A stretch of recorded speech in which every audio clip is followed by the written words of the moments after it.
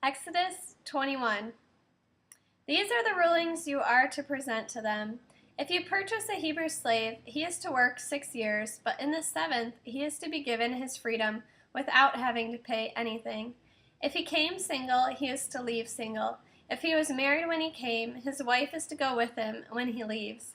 But if his master gave him a wife, and she bore him sons or daughters, then the wife and her children will belong to her master, and he will leave by himself. Nevertheless, if the slave declares, I love my master, my wife, and my children, so I don't want to go free, then his master is to bring him before God, and there at the door or doorpost his master is to pierce his ear with an awl, and the man will be his slave for life. If a man sells his daughter as a slave, she is not to go free like the men slaves.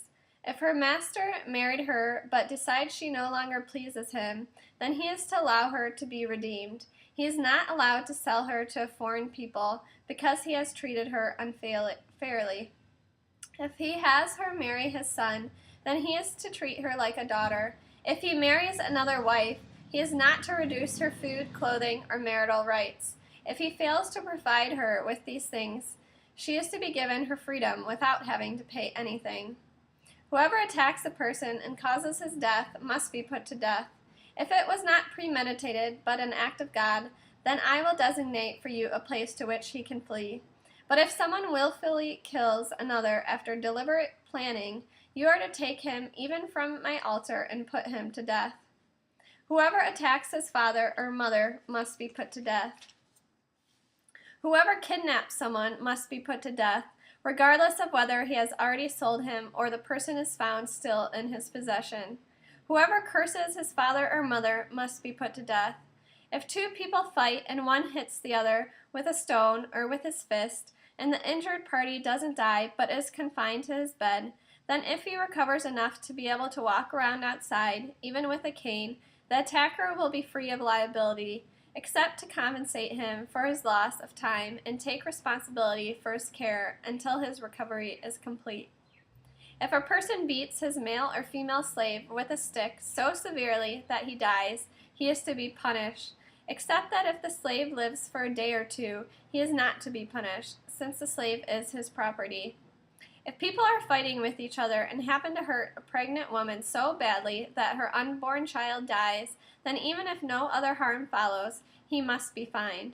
He must pay the amount set by the woman's husband and confirmed by judges. But if any harm follows, then you are to give life for life, eye for eye, tooth for tooth, hand for hand, foot for foot, burn for burn, wound for wound, and bruise for bruise. If a person hits his male or female slave's eye and destroys it, he must let him go free in compensation for his eye. If he knocks out his male or female slave's tooth, he must let him go free in compensation for his tooth. If an ox gores a man or woman to death, the ox is to be stoned and its flesh not eaten, but the owner of the ox will have no further liability. However, if the ox was in the habit of goring in the past, and the owner was warned but did not confine it, so that it ended up killing a man or a woman, then the ox is to be stoned, and its owner too is to be put to death. However, a ransom may be imposed on him, and the death penalty will be commuted if he pays the amount imposed.